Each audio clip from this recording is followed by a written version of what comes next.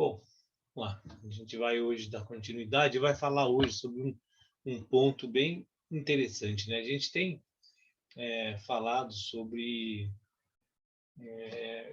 ação, karma, foi os últimos versos, né, que foram focados nisso. E termina, né, o verso 151, se eu não me engano, termina com uma frase bem importante que vai abordar quase que os temas fundamentais da tradição, até coloquei no grupo, né, que prática, renúncia, o princípio da unidade, e todos esses conceitos eles acabaram ficando englobados nessa frase do verso 151. Então a gente vai fazer, vou colocar o slide. Deixa eu só mandar uma mensagem aqui, estou vendo que a Joyce está com dificuldade de...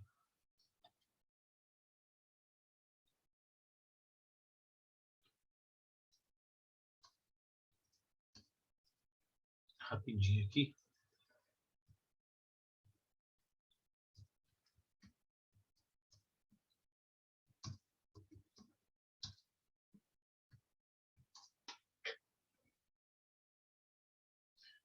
Bom, vamos lá. Então eu vou colocar o slide, como sempre, né, para a gente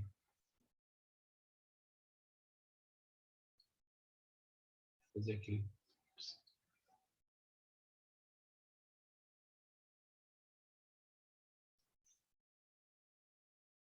fazer aquele truque, tá? Bom, vamos lá. Tá todo mundo chegando bem aí, verso 148, 149, 150, 151, né? Foi certinho. Então, a gente parou aqui, falando sobre karma, e esses dois últimos versos, né, ágito por eles, que eu coloquei para a gente... Oh, meu Deus. Que eu coloquei para a gente conversar sobre esses dois versos. Age tu por eles hoje e eles agirão por ti amanhã. E é do botão da renúncia do eu que nasce a doce libertação. Então, quais são os três temas fundamentais? A ação correta, renúncia e unidade, que vão ser tratados nesses dois versos, né, que a gente juntou. Então, a tradição do yoga, né, se fundamenta. A tradição védica, né, porque a gente está falando de uma tradição budista, né, que é védica não ortodoxa, e a tradição do yoga, que é ortodoxa, mas toda essa tradição, de uma forma geral, ela vai se fundamentar nesses pontos que resume esse verso, por isso que eu acho que é legal a gente dar uma focada nele, né, nesses conceitos, que é, né, agir como agir, né, o princípio de Vairagya, desapego, renúncia, e o princípio que da unidade tudo é uma coisa só. Começando pela ação, né? Basicamente, todo o desenrolar da ação é fundamentado numa ação sem a perspectiva egóica. É incrível isso, porque a gente até estava conversando sábado, sexta-feira, sobre um grupo lá falando sobre a guerra, e a gente, em sistemas atuais, né? Conversa, fiado.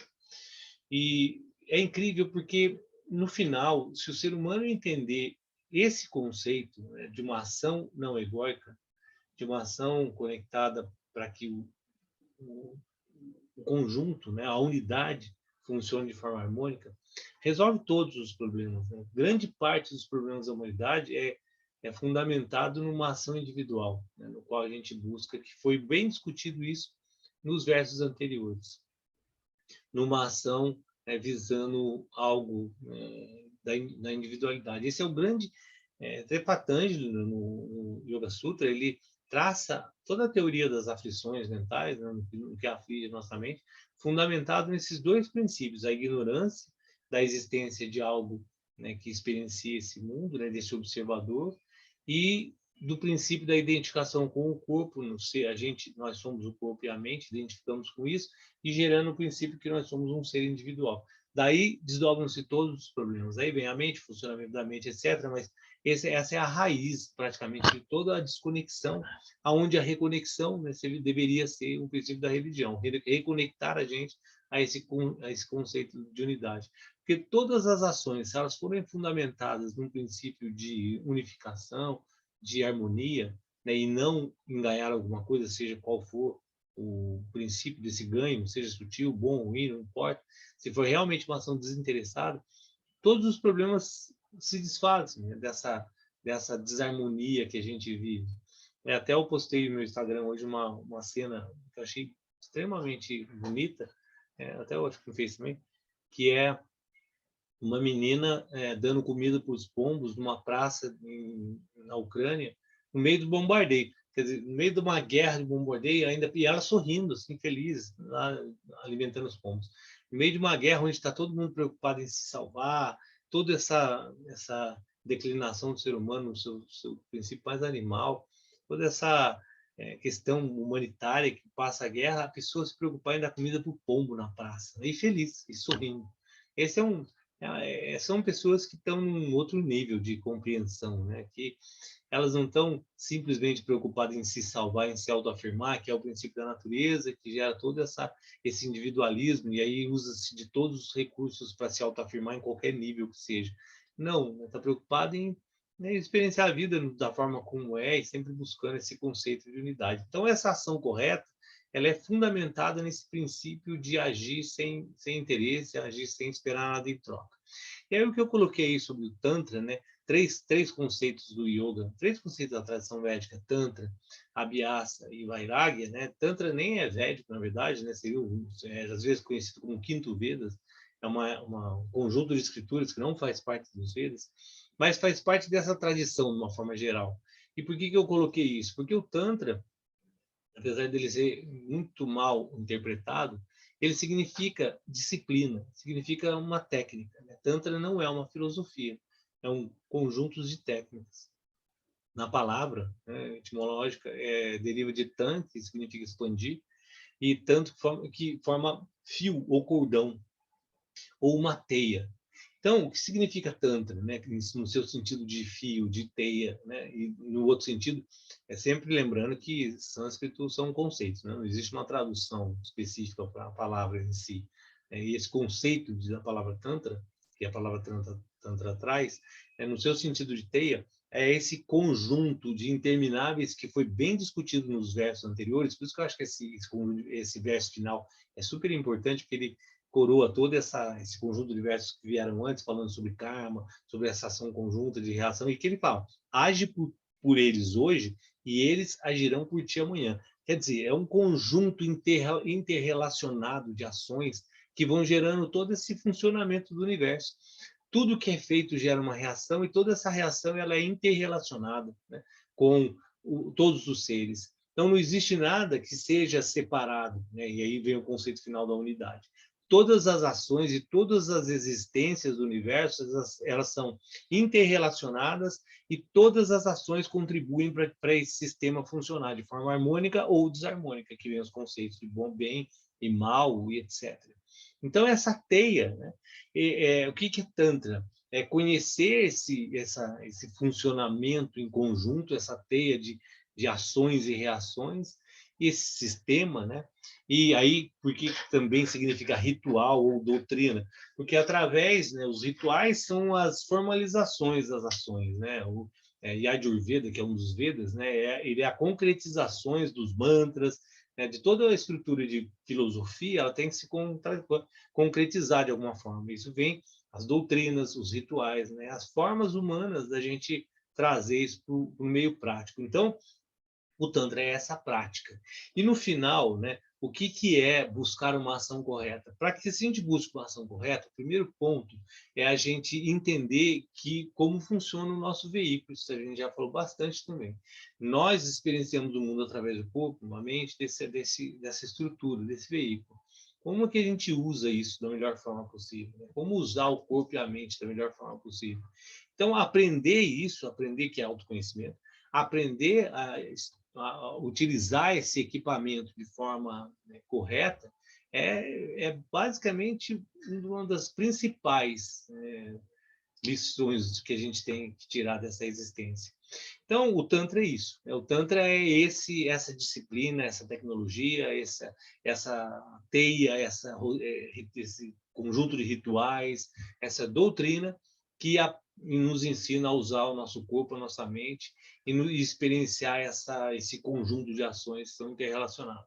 Existem duas dimensões básicas do Tantra. Existem mais, tá? Existem algumas que falam classificam por cores, né? Tantra branco, tantra preto, tantra vermelho, porque diferencia um pouco a forma como ela atua, né? Nesse caso, está se usando dois termos que são o caminho da mão esquerda e o caminho da mão direita.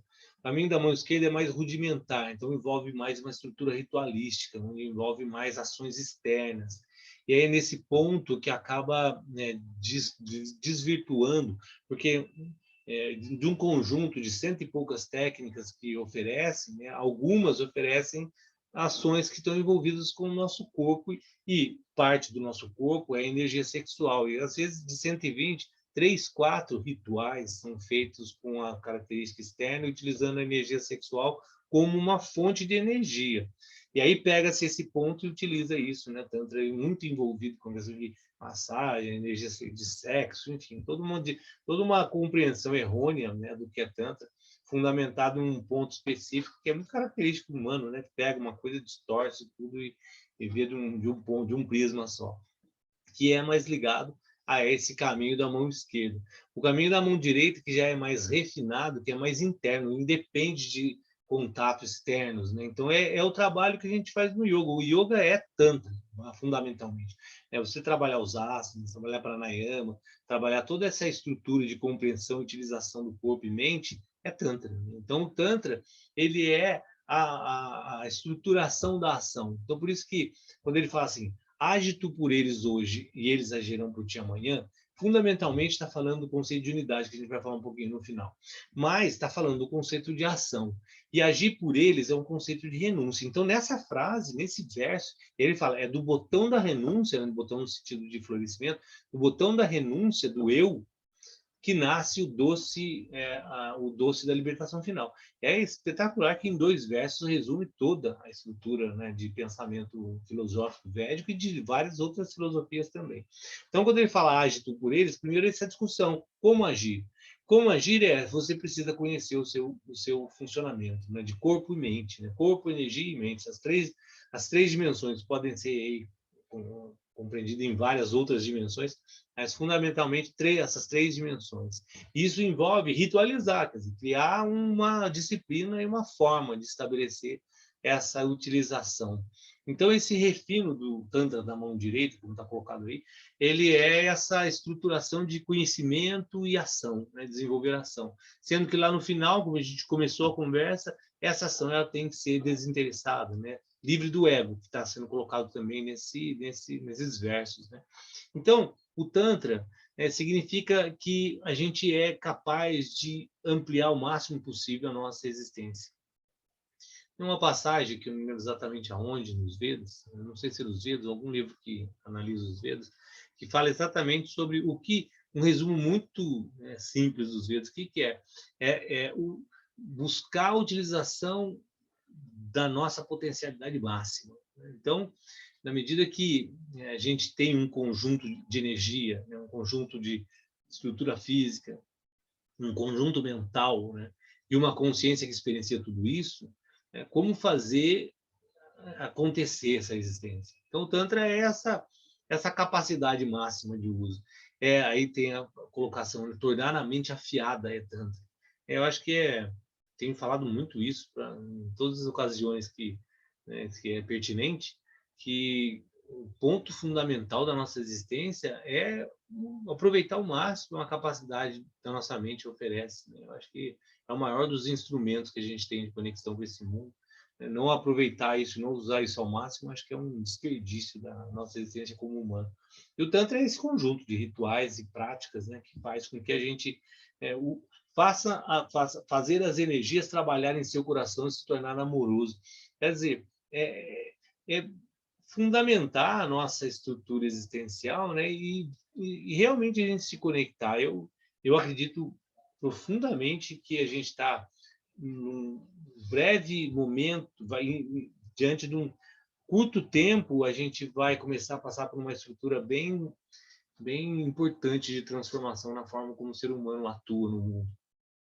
Toda a estrutura de conhecimento que foi gerado, né, nessa última era que a gente viveu, né, e que não é perdido, é a hora da gente agora usar essa estrutura, né? Até uma pequena reflexão do sistema educacional, né? O sistema educacional deveria formar pessoas, né, desde a sua infância, a exatamente esse conceito: maximizar o máximo possível a utilização da sua mente, do seu corpo, a estrutura da sua consciência. E aí, fundamentado nisso, você tendo capacidade clara de discernimento, né, desde criança, você trabalhar essa possibilidade meditativa, essa força humana.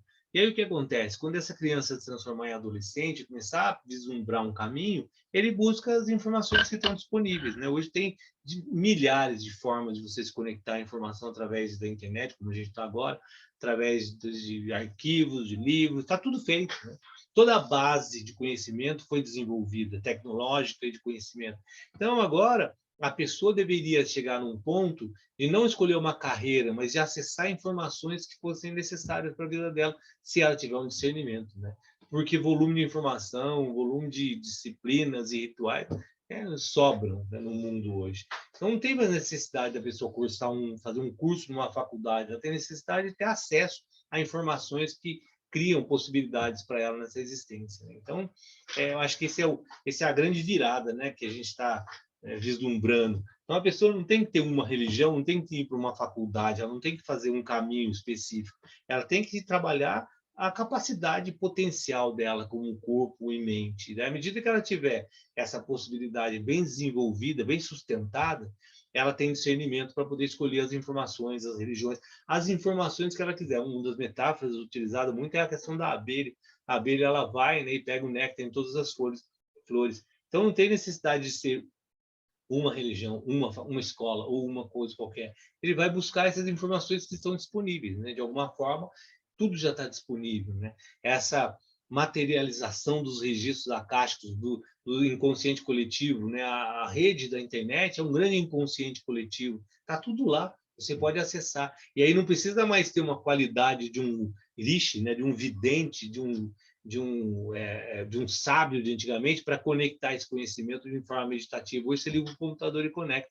Então, quer dizer, a gente conseguiu alcançar um nível de expansão de conhecimento espetacular, que dá acesso a mesmo seres que não têm essa capacidade de qualidade meditativa, de conectar o conhecimento. A gente tem equipamentos que fazem isso. Percebe que a gente foi caminhando na humanidade, desenvolvendo sistemas que é inclusivo, né? Que está colocando todo mundo em acesso a um grande volume de informação. Agora, como usar essa informação é extremamente necessário que a gente tenha a capacidade de discernimento, que a gente tenha a possibilidade mental de usar tudo isso. Não adianta ter 1 milhão de informações disponíveis, mas a gente agir como animal, que a gente não tem nem capacidade de ter acesso tem no seu termo físico, mas de ter discernimento sobre o conhecimento que está disponível, né? Então, esse é o ponto agora da humanidade. O que poderia ser feito em termos de conhecimento na estrutura que foi feito, né? Está sendo feito e foi feito. Em termos de tecnologia também, o avanço que a gente pode dar nesses dois caminhos é muito grande, mas já deu, né? Esse suporte já está pronto. Agora é questão do ser humano trabalhar o potencial dele mesmo, né? Então, o que se resume essa ação correta? A biaça é a palavra, é o termo que resume tudo isso. Essa prática constante e contínua, correta, de maximização da nossa possibilidade humana, né? Em termos de corpo e mente, e a consciência que experiencia tudo isso. Pode dividir em 3 dimensões, né? A gente tem uma dimensão de energia, a gente que move todo esse sistema, a gente tem uma dimensão corporal, física, grosseira, que é o corpo em si, com seus órgãos e etc. E a gente tem uma dimensão mental, né? Que guarda todo, que é o grande software desse sistema. E, por último, a gente pode chamar uma dimensão de consciência, né? Que não é isso, mas está usando isso como a sua experiência. Essa é a grande virada, né, dessa era. Não é desenvolver mais estruturas de conhecimento, instituições, seja religiosa ou educacional, qualquer que seja, política, é desenvolver o ser humano, né? Agora é o nosso momento, né? O momento do ser humano alcançar esse nível. Então, isso seria o conjunto de ações, habeas, essa ação contínua, constante, correta, para transformar essas dimensões, maximizando o máximo possível. Aí a gente vem, então, né, para o segundo conceito fundamental, porque se tudo isso for utilizado com um aspecto egóico, como sempre foi, a gente está destruído. Né? A capacidade do planeta de fornecer recursos já acabou, né? Já está acabando, já está no fim. A capacidade de distribuição e de equilíbrio entre a distribuição de renda e também está totalmente descoordenada. Por quê? Porque existe o princípio do individualismo. Enquanto alguém faz para si, não funciona. Desequilibra toda essa balança, como já está absolutamente desequilibrado. Então, a gente tem um princípio básico de atuar no nosso sistema, né, como corpo e mente e energia, e aí, se essa estrutura tiver embasada, né, e der uma claridade, né, lucidez, que é samadhi no final, né? O yoga tudo isso que eu estou falando já é uma estrutura que o yoga propõe há milhares de anos. Se a gente tem essa capacidade de lucidez, de clareza, de iluminação, né, de samadhi, a primeira percepção que tem que ser desenvolvida é a questão do desapego. É o tema central. Enquanto a gente não se desapegar das nossas identificações em qualquer nível, esse sistema não funciona. Né? Esse sistema como um todo. Aí já não é nosso corpo mais. O sistema como o planeta, né? De uma forma geral. Os planetas sendo um organismo, nem extrapolando mais que isso. Mas esse ser, né, não funciona se a gente não entender essa qualidade do desapego. Então, o que gera o apego? Né? A gente é um ser incompleto no seu sentido de busca por felicidade, por satisfação, porque a gente está muito apegado ao sistema de prazer. E essa insatisfação constante gera uma quantidade de desejos, né? De insegurança, eu não sei se vou ter comida amanhã, tudo isso é atávico, vem das nossas estruturas animais, né? Se eu vou sobreviver ou não, se eu vou ter comida ou não, essa inadequação que a gente se sente, né? De não pertencer a grupos, toda essa estrutura frágil, né? Do ser humano, ela se reflete nessa busca de completar através da satisfação de prazeres e desejos que a gente desenvolve. E aí a gente tenta preencher a nossa existência nessa externalização da nossa existência através de prazer, se percebe que isso é um movimento extremamente animal, adquirindo coisas e satisfazendo prazer constante. Aí é um ponto fundamental, né, que é sempre discutido. Os desejos são a estrutura impulsionadora desse sistema. Ah, mas então tem como eliminar os desejos? Não, né? Porque os desejos é a estrutura que fundamenta a nossa existência em si. Então, o que deve se desenvolver é o que foi falado lá no começo. Um conjunto de ações que tragam a possibilidade de clareza e discernimento, para que sejam escolhidos os desejos. Então, o que desejar? Esse é o grande ponto, não é desejar ou não, mas a qualidade dos desejos. E aí vai com essa prática, com esse abhyasa, se a gente resumir em 3 pontos, seria a abhyasa, que é a prática, vairagya, que é essa compreensão de desejos, e o último que seria essa compreensão da unidade. Né? O vairagya é esse resultado, né, dessa qualidade mental que faz com que a gente, através do discernimento, não negue a existência, mas sublime algumas coisas e tenha o poder de escolha. Então, vairagya, desapego ou renúncia, não é uma autonegação ou privação, é uma qualidade de saber exatamente o que é mais necessário dentro desse nível de consciência. Sempre dou o exemplo de criança adulto, né, que criança é apegada ao mundo dela, quando ela se transforma em adulta, ela simplesmente se desapega daquele mundo por um estado de consciência mais elevado.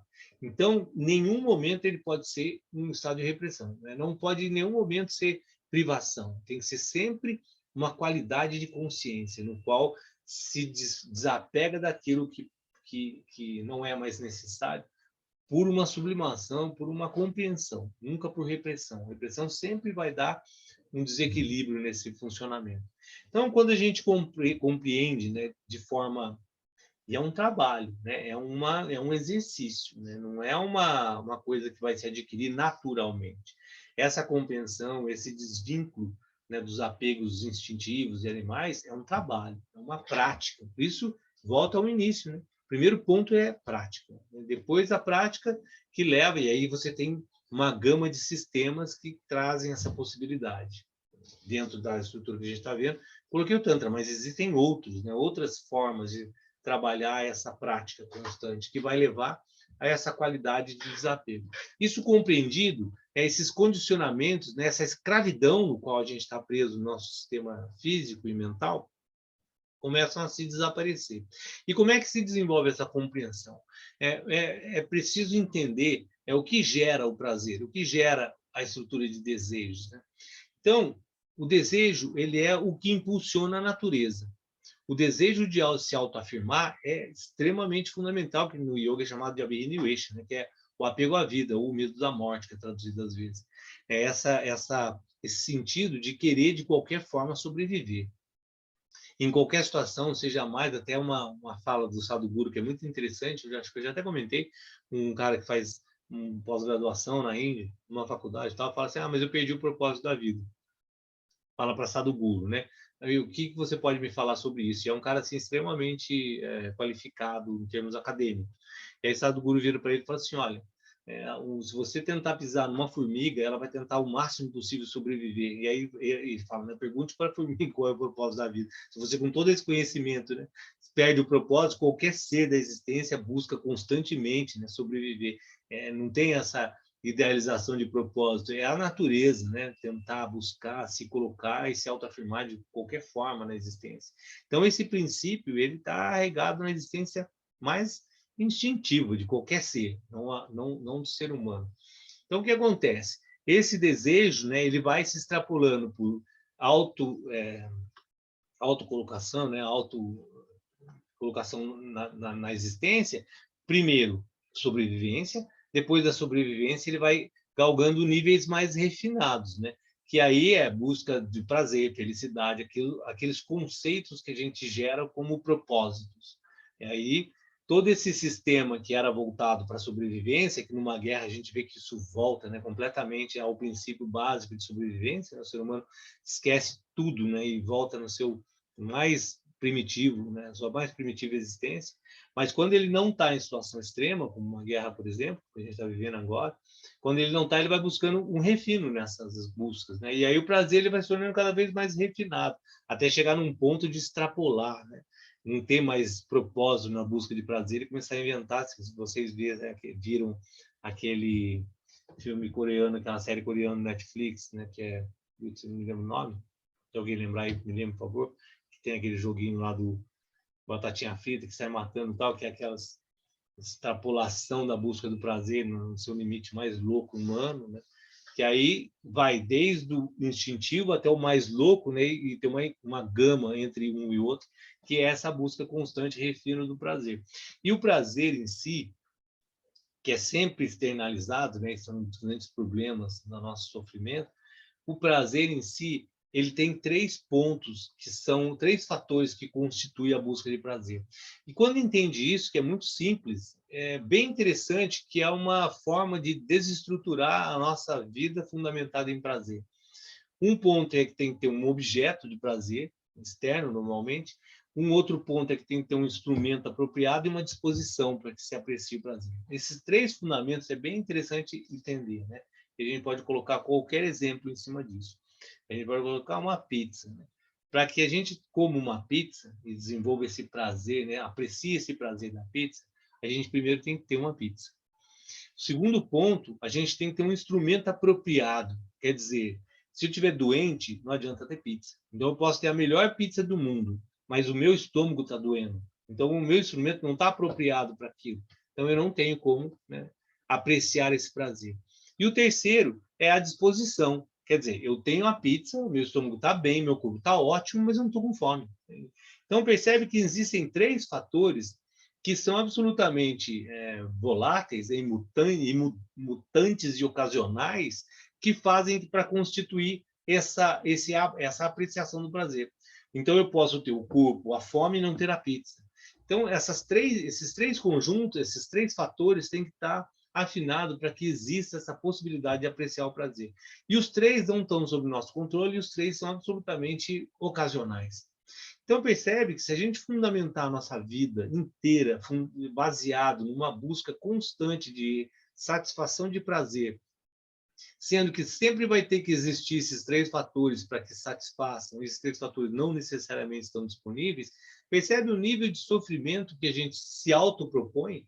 Então, quanto mais a gente se entrega a essa busca constante de prazer, é o mito de Durga, né? Mata um, nasce outro demônio, mata um, nasce outro, mata um, nasce outro, e os prazeres são incontáveis e nunca vão terminar, a gente naturalmente se enreda num sistema de sofrimento constante, né? Porque sempre vai haver um dos fatores que não vão estar casando e a vida nossa é fundamentada nisso. Então, enquanto esses objetos de busca de prazer, né, não vão dar aquilo que eu procuro, mais eu vou me enredar num princípio de sofrimento. Quando eu saio disso, primeiro, quando eu compreendo esse funcionamento, segundo, quando eu disciplino a minha estrutura de sentido, aquele princípio dos cavalos, né? A rédea é a mente, enquanto o cocheiro, que é a inteligência, não puxa a rédea e segura os cavalos, são os sentidos, então entrega essa loucura. Na hora que eu consigo, né, segurar essas rédeas através da compreensão e através de uma disciplina, de uma prática constante, eu começo a desenvolver a capacidade de desidentificação. Então, é aquele nível no qual a gente vai desenvolvendo de que ótimo uma pizza, mas se não tiver, ótimo também. E se tiver, ótimo. E se a pizza for melhor ou pior, tudo ótimo, né? Tudo que vier na minha experiência, está tudo certo, né? Então, esse é o nível onde vai se desenvolvendo essa desidentificação dessa busca constante pelo prazer. E aí o nível mais alto desse resultado, desse ciclo, né, que a prática gera uma coisa que sustenta constantemente que vai gerar no final, né, essa compreensão de que no final não é para mim, né, eu tenho que gerar a minha ação, né, para que funcione esse sistema de forma harmônica. Não sou eu, esse é o princípio final que vai ser da unidade. Então, o que gera? Uma fortificação desse sistema energético, físico e mental, sempre entendendo que existe uma consciência experienciando isso. Essa fortificação constante de todos os dias, né? Esse treinamento, essa disciplina criada nesse sistema me leva à capacidade de discernimento. O discernimento me leva à possibilidade de compreensão sobre essa estrutura de desejo e prazer. E aí essa compreensão vai me levando aos poucos a me desidentificar desse processo, até porque tudo isso é um princípio impermanente. Tudo vai se transformar, inclusive eu, né, vou morrer, com certeza absoluta. A única certeza que eu posso ter nessa existência é que tudo isso que existe hoje, constituído como meu corpo, vai se transformar em algum momento. Quando essa compreensão vai se refinando, né, vai se desenvolvendo esse princípio de desapego, né, de vairagya, de desidentificação. E aí, o que gera naturalmente uma percepção do mundo de forma objetiva, ver as coisas como são. Então, quando a gente tem dinheiro, porque dinheiro é segurança, já agrega um valor que não é. Quando a gente pensa que casa é sinônimo de felicidade, a gente já está agregando valores a uma estrutura externa que não é dela, né? Casa significa para que a gente more, se é minha, se não é, é aquela coisa, né, que Dayananda Sarasvati coloca, né? A pessoa vive numa casa durante 10 anos emprestada de um amigo, o amigo viaja, fica mais 20 anos viajando, e aí fala assim, olha, enquanto eu viajar, você cuida da casa para mim e está tudo certo. Daí ele cuida da casa, né? Esquecendo que ele não pode vender essa casa, mas ele cuida dessa casa. Aí depois de 20 anos, o cara chega e fala assim, olha, eu não vou voltar mais, fica para você essa casa. O que era uma casa que ele tomava conta e a atitude que ele tinha com a casa era de um jeito, na hora que o cara fala, fica para você, esquecendo de vender, fica para você, muda completamente. O que muda? Não mudou nada, não mudou absolutamente nada.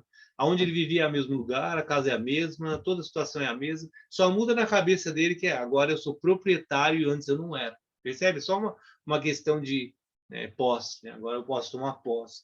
Então, na medida que vai compreendendo que, na verdade, a gente não tem posse de nada, a gente nem do corpo, né? A gente usa toda essa experiência de alguma forma e ela vai se transformar, isso vai dando clareza e vai fazendo com que a gente veja tudo com exatamente o seu peso, a sua qualidade, a sua função, e aí vai se destruindo esses apegos, né? Essas identificações que a gente tem, que cria todo esse ciclo de infelicidade, né? E a gente supõe que essa satisfação específica vai nos trazer felicidade.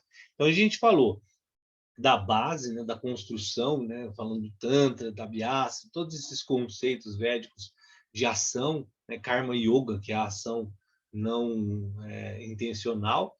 Aí isso vai gerar o princípio de desapego, vairagya, toda essa estrutura de discernimento, que no yoga é chamada de viveka. A gente poderia até colocar aí, em vez de vairagya, né, colocar abhyasa e viveka, e do viveka desdobrar vairagya, que seria o desapego. Viveka significa discernimento. O discernimento vai dar essa qualidade de não apego a essa estrutura mental. E aí o terceiro conceito, que é o mais fundamental de todos, né, que vai resolver todos os problemas, é o conceito da unidade, né? E aí eu separei um trecho do Shiva Samhita que fala de uma forma bem bonita sobre essa questão da unidade. Mas eu vou fazer uma pequena interrupção, se alguém quiser fazer alguma pergunta, algum questionamento, fique à vontade. Para a gente entrar nessa parte final aí, que é a questão do desapego.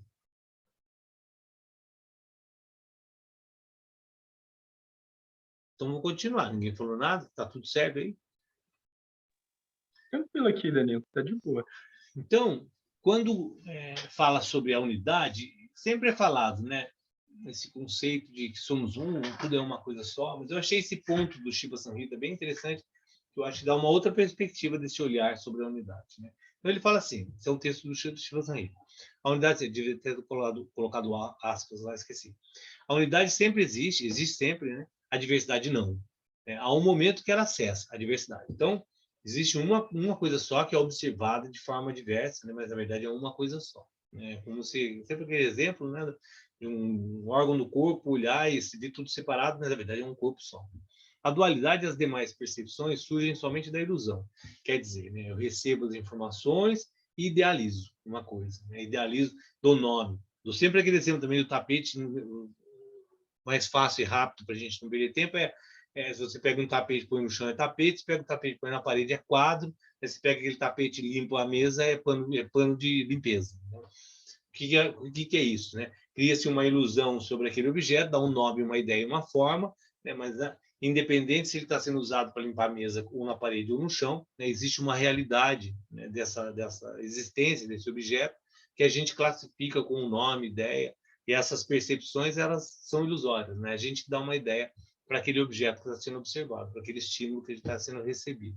Então é sempre usado esse termo do jarro, né? Essa visão da unidade de separação é como se você fechasse um jarro no ar, o que está dentro é exatamente o que está fora, só está fechado na hora que você abrir o jarro, né? É exatamente a mesma constituição de dentro e fora, é exatamente igual, e que é constituído, né, como Satchitananda. Satchitananda é a constituição de Deus, do universo, de toda a existência. O que seria? Uma realidade, independente de se chamar de tapete, de limpa-chão, de quadro, enfim, independente do que seja, existe uma realidade imutável, que a gente observa, interpreta, mas existe uma realidade. Essa realidade é Sat, ela é imutável. Né? Todo o universo é uma grande realidade observada. Essa observação ela é feita por Tita, consciência. Não existe nada se não tiver uma consciência observando. Então, entendendo que tudo é existência, tudo tem consciência, com limites, né? Se a gente pegar um lugar só com pedra e aquela pedra não tiver essa possibilidade de observar, se auto-observar como é humano, não existe. O universo não existe. Ele só existe se existe a possibilidade de algo que observa. Então, Sati é uma realidade. Essa realidade é observada. Então, Tita é essa consciência que observa essa realidade. E Ananda é a constante busca de estabilização desse sistema, qualquer que seja. Então, uma consciência observa o universo, existe o universo. Esse universo é uma realidade que ele é observado de forma ilusória porque a mente cria uma idealização. Só que, independente da ilusão, independente de qualquer coisa, todo o sistema busca a harmonização, que é a Ananda, essa bem-aventurança. Então, o yogi, né, o que ele faz? Ele destrói esse universo fenomênico, né, essa criação idealizada, através da meditação e através da compreensão de que tudo isso é chamado de adhyaropa. Rupa significa forma. Então, a construção dessa frase é de adi, primeira, a primeira forma. Né? Adhyaropa seria a primeira forma. Superposição, quer dizer, aquilo que eu vejo, eu identifico e acredito, superpõe, né, a realidade existencial. Então, se eu olho um tapete, vejo ele no chão colocado, aquilo para mim é um tapete, é a primeira imagem que eu crio e pronto, acabou. Superpõe qualquer outra possibilidade do que aquilo seja, passa a ser um tapete, a realidade. E aí é interessante que, através dos significados de aparato, aparato significa refutar as crenças erradas. Pode ser um tapete como não é. Na medida que eu acredito que é um tapete, eu fico preso a uma crença errada. É só uma determinação. Então, o que acontece? A diaropa é o resultado da ignorância do verdadeiro objeto. Aí o exemplo sempre usado na tradição védica, em vários Upanishads, é a questão da corda e da cobra. No escuro eu olho uma corda, eu acho que é uma cobra. E aí pronto. Se é uma cobra, eu gero várias ações de fugir, de medo, de várias coisas que vão passar pelas minhas ações, fundamentando que aquela corda é uma cobra. Sobrepõe, por isso a diropa é traduzido como sobreposição. Sobrepõe a corda, passa a ser uma cobra. Na hora que acende a luz, samadhi, discernimento, tudo isso que a gente falou anteriormente, a capacidade de clareza, na hora que o ser humano vê a coisa com clareza, o que acontece? Acendeu a luz, ele vê que aquela corda não é uma cobra, é uma corda.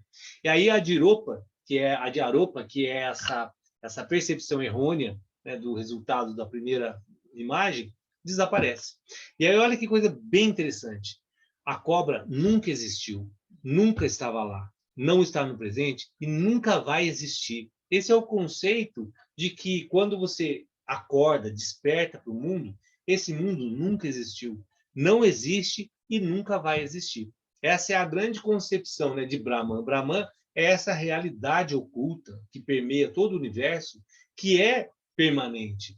O que se estabelece sobre a percepção do universo de Brahman, ele nunca existiu, nunca, não existe e nunca vai existir. Assim como a corda nunca existiu, não existe e nunca vai existir. É muito bonita, né, essa compreensão.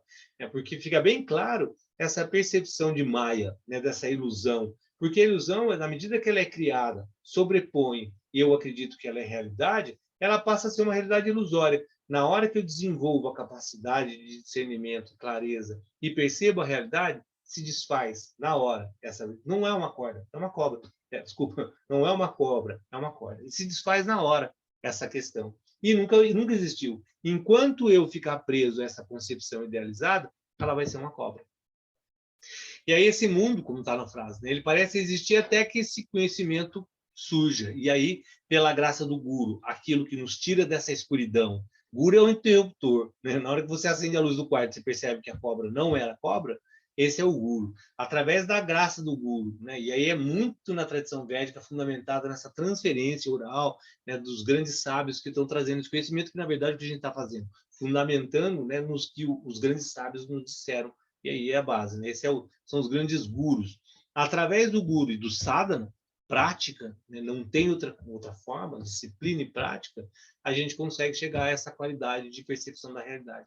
E quando a realidade é conhecida, esse é o grande ponto mais bonito de toda essa estrutura que está sendo falado, quando essa realidade é reconhecida, né? Quando a gente vê, e o termo é Brahman, essa percepção do todo, desfaz essa visão diversificada do universo, e aí você consegue enxergar que tudo é um grande ser, é uma grande consciência, é um grande organismo. Brahman permeia tudo, toda a existência, Paramatma, essa centelha que permeia todo o universo. O que acontece? Desfaz-se toda essa questão individualista, no qual a gente está agindo para uma questão egóica, não vai mais ter essa concepção dessa ação, porque você percebe que é tudo uma existência só. Desfaz-se o princípio de ódio, de raiva, de comparação, de gostar ou não gostar, que é o funcionamento básico da mente. Eu gosto e não gosto. Qualquer mente, eu estava até nessa conversa de sábado, ressaltando um ponto. Não importa 3.000 anos atrás, não importa 1.000 anos para frente. Não importa se é Tiririca ou se é Einstein. Não importa se é o Putin ou se não importa. O funcionamento da mente é igual. Tanto faz o Putin, tanto faz 3.000 anos atrás, tanto faz o Einstein, tanto faz o Tiririca. A estrutura básica fundamental é a mesma. Então, o que acontece? A mente funciona em gosto e não gosto, raga doesha, prazer, aversão. Na hora que se desenvolve esse despertar, essa compreensão verdadeira da existência de um sistema só, no qual você é parte dele, desfaz-se essa visão de gosto e não gosto, de odiar. E aí, o que acontece quando se desfaz a perspectiva de ódio, não individualidade, de não aversão, e essa clareza de que somos todos uma unidade. Desenvolve-se o que é mais puro na existência humana, que é o amor incondicional, é o amor verdadeiro, né? Não esperando nada, sem nenhuma concepção, né, de expectativa. E é isso que as grandes almas pregam, né? Essa questão do amor, né, dessa estrutura de ver o outro como a si mesmo. Isso, no final, é falado de várias formas, né? O que a gente fez agora foi desmembrar isso, né, em 3 setores, né? Desenvolver uma prática, né? Desenvolver um sistema que potencialize a qualidade de consciência, porque se a gente vive num nível de animal, um nível de busca de prazer constante, e não tem nem a possibilidade de enxergar isso, esquece, né? Então, o primeiro passo é desenvolver essa potencialidade que é humana. O segundo é como essa potencial desenvolvido, o discernimento, começar a ter a compreensão da desidentificação dessa impermanência, dessa existência do mundo. E o terceiro é desenvolver essa visão de unidade, né? Que essa visão de unidade ela vai se desenvolver quando a gente refutar essas crenças erradas no qual a gente está se apegado e desenvolver, né, o resultado dessa não superposição que a gente cria quando a gente determina que algo é e acredita naquilo e fica preso naquilo. Então, eu achei bacana para a gente parar, né, e nesse ponto, que é uma frase extremamente importante, um verso extremamente importante, quando ele fala: age tu por eles hoje, né? Então, o princípio da ação, e age tu por eles, por todos, né, por tudo, hoje, agora, e eles agirão por ti amanhã. Quer dizer, na hora que você entendeu isso, você se enredou nessa teia, e tudo está conectado, e todas as ações estão agindo por mim. Então, o que eu estou fazendo agora, não importa para quem ou por que, para qual ser, ela vai, de certa forma, me realimentar, né, com as outras ações, e eu vou estar absolutamente funcionando de forma harmônica. E aí termina. É do botão da renúncia do eu que nasce a doce libertação final. Que no final essa é a grande compreensão, né, de unificação. Eu achei bem legal a gente conversar, né, desse verso aí, desdobrando dessa forma. Se alguém quiser fazer algum comentário, alguma coisa, são 8h25, fica esse final ali para vocês interagirem.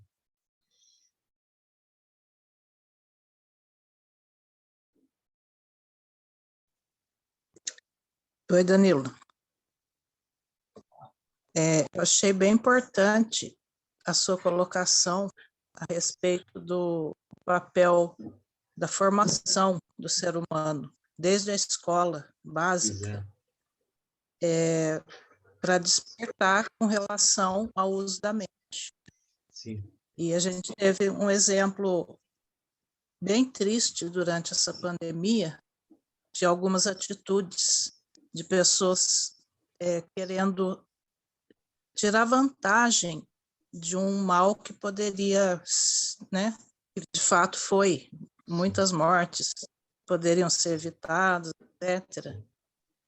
Então, assim, a oportunidade de uma ação poderia ser boa, acabou não sendo, né? A gente viu pela imprensa muita coisa triste, muita gente ganhando muito dinheiro em cima da tristeza das pessoas. Então, eu acho que assim vai algum tempo até a gente chegar nesse estágio, né? Mas vai, né, se a gente conseguisse reestruturar esse sistema educacional, né, desde o começo, né? Alguém ia falar, pode falar. Acho que alguém ia falar. Mas, Cristina, você fez o comentário da pandemia. Eu vi ontem, ou antes de ontem, não me lembro, um comentário sobre a guerra de um cara que cuida da... Ele é o porta-voz dos refugiados na ONU, e ele fez um comentário que eu achei extremamente... não sei que palavra usar. Porque o grande fluxo de refugiados que está sendo gerado, né, milhões de pessoas nessa guerra, ele é voltado para as mulheres e crianças, basicamente. É até, eles chamam de enfim, um movimento que é de mulher e criança, e velhos, né? Porque os homens estão ficando lá para defender, não importa. E aí o que ele falou? Dentro desse fluxo de milhões de pessoas, né, dessa crise humanitária inexplicável que a guerra gera, não só essa, todas as guerras, né? ser hipócrita dizer que só essa guerra, a todo momento acontecendo várias guerras que geram toda essa crise humanitária da mesma forma. Mas, enfim, as mulheres saindo, as crianças saindo, e eles estavam falando sobre... era um debate entre o cara da ONU, o Médicos Sem Fronteiras, e uma ONG que está lá ajudando, que não lembro o nome agora. Né? Então, era um debate sobre essas instituições que estão ajudando e amparando esse movimento de imigração. E aí, o que eu quero falar, né, que eu achei extremamente triste, que o cara comentou que, além do movimento de retirar as pessoas, de dar condição da pessoa sair, o abrigo e toda a crise que gera a guerra, ele falou que existia um mal, ele usou um termo que eu não vou saber agora exatamente, mas que é outros males que causam isso, que é o quê? Por ser mulher, a questão da violência sexual, e as crianças, o tráfico de órgãos. Gente, as pessoas estão num movimento de migração por causa da guerra, além do sofrimento de ter que largar a família, a casa, e não ter lugar para ir, todo o sofrimento inerente a esse movimento, ainda tem que se preocupar em não ser estuprado porque é mulher e não ser cooptado por um tráfico de órgãos, gente. Olha que nível que chega o ser humano. Quer dizer, nossa, eu achei isso de uma... sei lá que palavra que eu uso para isso, de uma loucura tão absurda que se as entidades têm que se preocupar em defender as mulheres para não ser estupradas e as crianças para não ser usadas para tráfico de órgãos. Olha onde o ser humano está, que nível ele está. Hoje eu até fiz um post, né, que existem níveis de existência, né? Tem pessoas que estão ainda num nível muito diferente, para não dizer outro tempo. É o que você falou, né, da pandemia, se usar a pandemia de diversas formas errôneas, que gera muita morte. Mas imagina se aproveitar de uma criança e usar aquela criança para usar de tráfico de órgãos, sendo que a menina está tentando uma guerra fugir, é de uma estupidez humana. Isso só modifica se o ser humano modificar a consciência dele, né? Não tem, é uma modificação individual. Enquanto o ser humano não galgar um nível um pouco mais alto de compreensão da existência, isso não vai terminar nunca. Mas desculpa. É o que precisa acontecer, né, para chegar a essa modificação. Tem que haver um esforço imenso de o ser humano se transformar em humano, né? Porque é o que eu coloquei lá no começo. As condições de nível de informação e tecnologia a gente já fez na era passada. A gente conseguiu se desenvolver extremamente de forma adequada em termos de tecnologia e tudo mais. Agora é desenvolver a capacidade humana de ser humano, né? Esse é o grande investimento dessa era, eu acho. Gente, mas falem vocês, eu falo para vocês falarem de forma.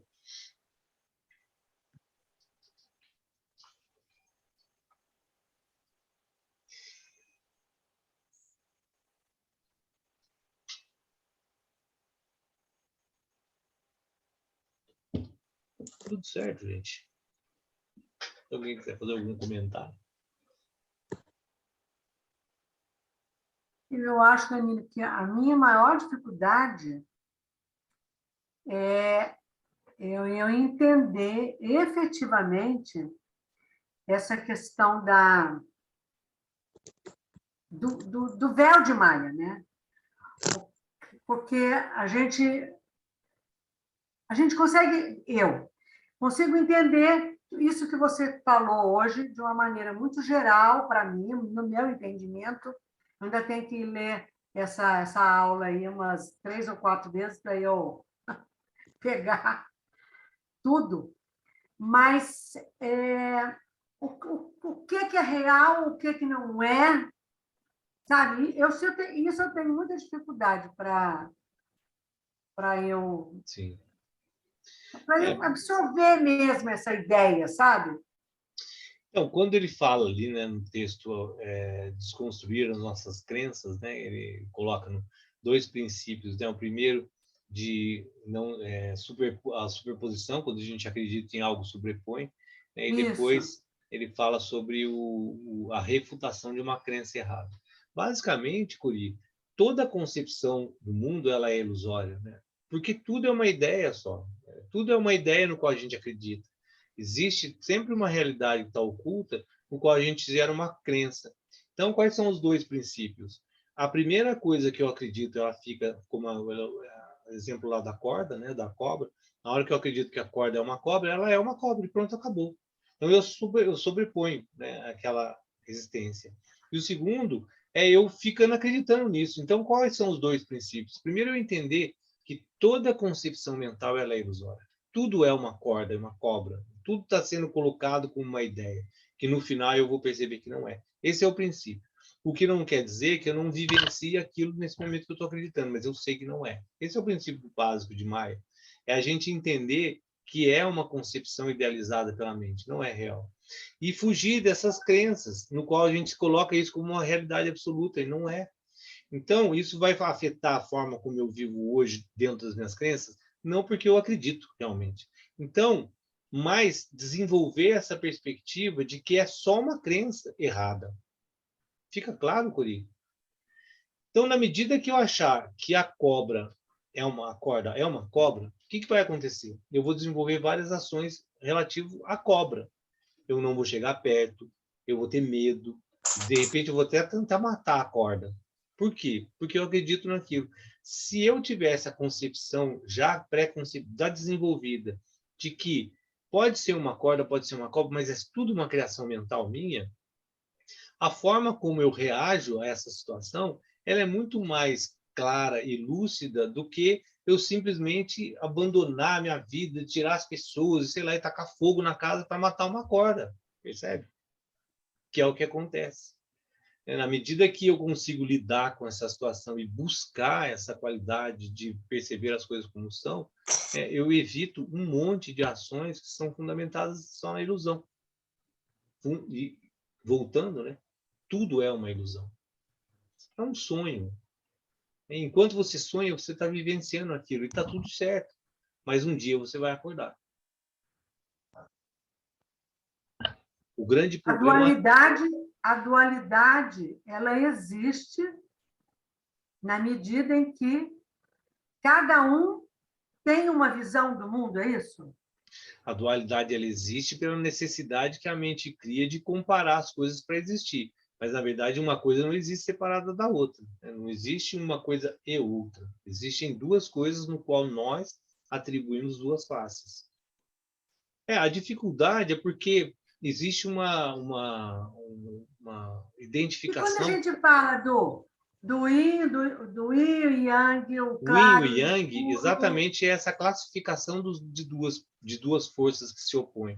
Que não existe uma coisa sem a outra. Por isso que o símbolo do yin e yang é dentro do yin contém o yang, dentro do yang contém o yin. Então, são duas forças que se sobrepõem constantemente. A compreensão dessa filosofia básica das duas forças que sobrepõem, ela é extremamente necessária para que a gente compreenda que tudo no universo é uma força de oposto. Eu vou colocar agora uma questão política, né? Que abstrai essas duas forças, de certa forma. Então, quando a gente vê um movimento de avanço, em qualquer posição que seja, qualquer força que vá para um lado, existe uma força igual contrária, que faz parte da mesma existência. Então, o que acontece é o conceito básico de Ananda, de estabilidade, de equilíbrio.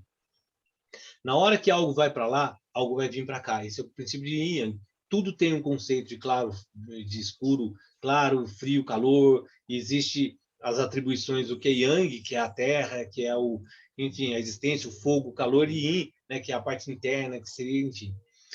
Essa constituição de dois lados, o que faz com que ajude muito na nossa perspectiva, até saúde, a medicina, tudo é desenvolvido em cima disso. Na hora que existe uma força de um lado, existe uma do outro. O que se busca? Trazer o equilíbrio. Nem uma coisa, nem outra. Então, nada pode ser muito feliz nem triste. Tem que ser a busca desse meio. Porque na hora que eu fiquei feliz, eu vou ficar triste. Existe uma força contrária. Na hora que existe um movimento de evolução, que eu estava falando na política, existe um movimento de evolução humana, existe um movimento exatamente igual ao contrário. Percebe?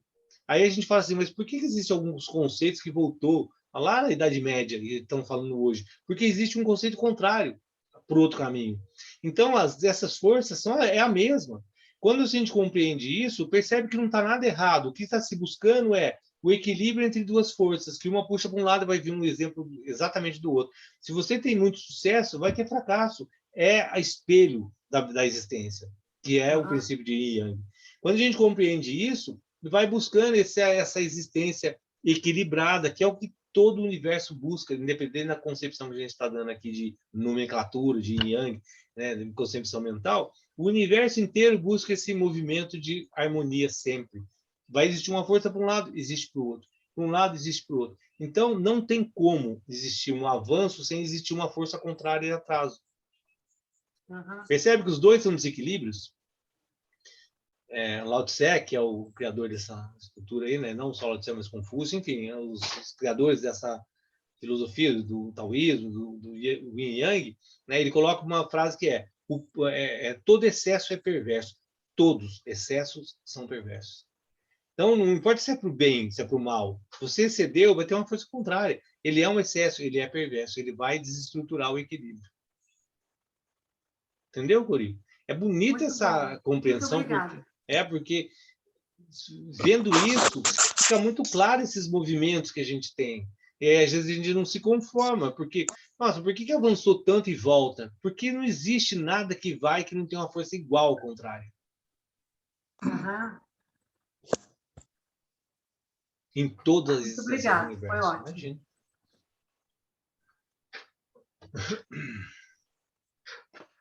E aí fica claro o movimento do universo, né? Esse é o movimento do universo. Não tem nada errado, está tudo exatamente. Agora, quando a gente se apega a um dos lados, né? Que esse é o conceito do Yin Yang, vai estar sempre sendo perverso, vai estar sempre sendo desequilibrado. Então, por isso que sempre os extremos complicam. Porque a gente pode se apegar a uma ideia que é boa, pelo menos em teoria, que a gente acha que é boa, mas se a gente extremar, o que vai causar? O desequilíbrio contrário. Nunca vai. O que vai ter que chegar num ponto que é natural é buscar esse reequilíbrio. É porque os dois lados têm os seus pontos positivos e negativos, né? Porque os dois é a mesma coisa. Os dois são a mesma força. Que a gente classifica de duas vezes, de dois extremos para poder entender. Mas, na verdade, é o mesmo movimento, né, que está indo para um lado, puxa para o outro e tenta buscar o equilíbrio sempre. Se você está muito triste, fica tranquilo que você vai ficar feliz. Se você vai ficar feliz, se preocupe que você vai ficar triste. Não tem como escapar dessa dualidade. Se você não está nem feliz nem triste, você encontra a bem-aventurança, o equilíbrio, a paz. Bacana. Essa é a busca. Muito bom. E a gente só consegue isso quando se desapega. Porque na hora que você se apega a qualquer coisa, qualquer objeto, conceito, que é o princípio que a gente viu lá, né, que a dualidade não existe. Em algum momento ela se desfaz. Você pegando um lado ou do outro, você vai sofrer. Porque vai ser impermanente. E não vai estar correto nunca. Esse é o princípio de Maia, percebe, Cori? Na hora que eu me apego a qualquer um dos dois lados e acredito, eu estou preso nessa ilusão, que vai se desfazer. Eu vou sofrer. Eu nunca vou chegar no equilíbrio. Impermanência, né? É impermanência, não é ilusão, né? Porque é só uma força contrária à outra, em todos os princípios. Muito obrigado. Valeu. Ficou um pouco mais claro? Ficou muito mais claro. Gente, hoje foi um dia bacana, né? Porque esses conceitos são bem fundamentais, né? São uns temas bem fundamentais de todo esse conhecimento que a gente trabalha. Foi ótimo. Para a gente estudar depois. Fazer reforço. Reforçar. Mas é bacana isso. Obrigada, Quando a gente traz isso para a vida da gente, né? A gente vê o quanto a gente está preso nesse universo da dualidade, né? Desse o yin do yang, e a gente quer sempre que a nossa tendência sobreponha e a nossa realidade às nossas crenças, então, e aí nunca funciona, né? E aí o que a Cristina falou, se a gente tiver essa possibilidade de modificar esse sistema educacional e fizesse desde criança desenvolver essa qualidade de equilíbrio, de clareza, de estabilidade, só assim eu acho que o mundo vai ter. Se bem que eu acho que, querendo ou não, o mundo vai caminhar para isso, né?